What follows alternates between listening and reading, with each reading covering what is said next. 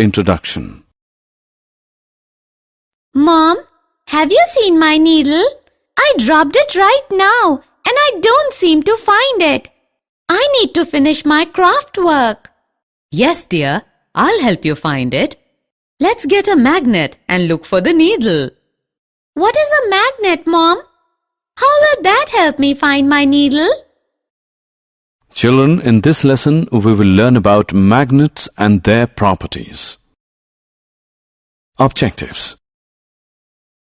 At the end of this lesson you'll be able to identify magnetic and non-magnetic materials, describe the poles of magnets, identify the role magnets play in finding directions, explain the property of attraction and repulsion between magnets.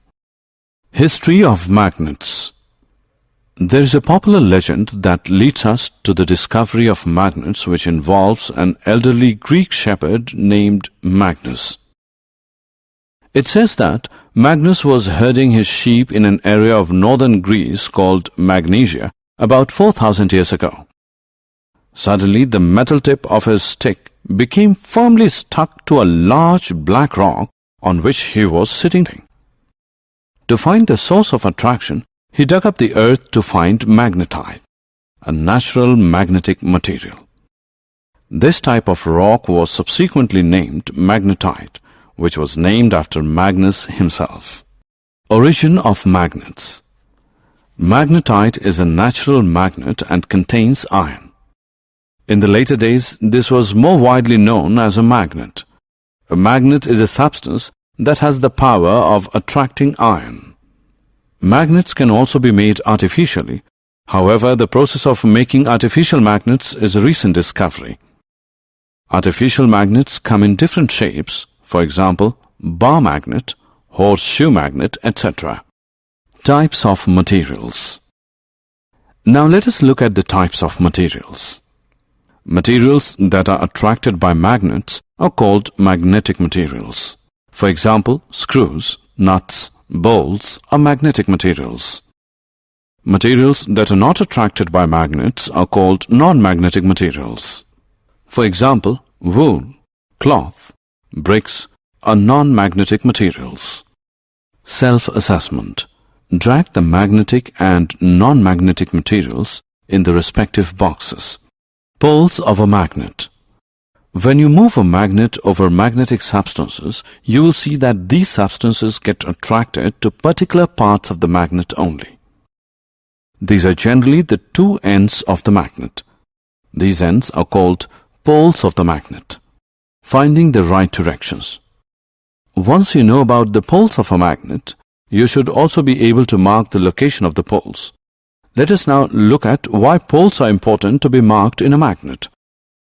We all know that to find directions we use a compass. This compass has a needle that keeps moving in all directions, but when steadied always points to the south. This helps us in finding directions accurately. This is why we need to mark the poles of a magnet. Making your own magnet. Let us look at the steps to create your very own magnet. Let's take a paper clip. Use a thick and strong magnet. Move the clip over the magnet repeatedly in the same direction. Perform this step 50 to 100 times. The movement needs to be quick. Now to check whether the magnet is ready, bring a nail close to the clip. If the clip does not attract the nail, then continue the same process for some more time. Keep in mind that the pole of the magnet and the direction of its movement should not change. Attraction and repulsion. Now that you know about poles of a magnet, let us look at the attraction and repulsion properties too. In the case of magnets, when the south pole comes in contact with the north pole, these get attracted to each other. This is better known as opposite poles attracting each other. Similarly, when the south pole comes in contact with another south pole of a magnet, they do not attract each other. In fact, they repel each other. This is better known as similar poles repelling each other. Taking care of magnets. We are now aware of the attraction and repulsion properties of a magnet. To keep magnets safe and in working conditions, follow these guidelines. Do not heat, hammer, or drop magnets from a height. They will lose their property if done so. Keep bar magnets in pairs with their opposite poles on the same side. Use wood to separate them. Keep a piece of iron across the poles of a horseshoe magnet.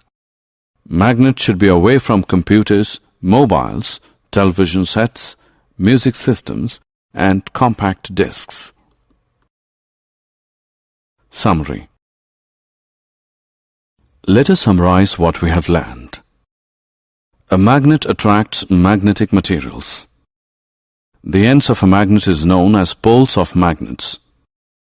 A free magnet always points in north-south direction.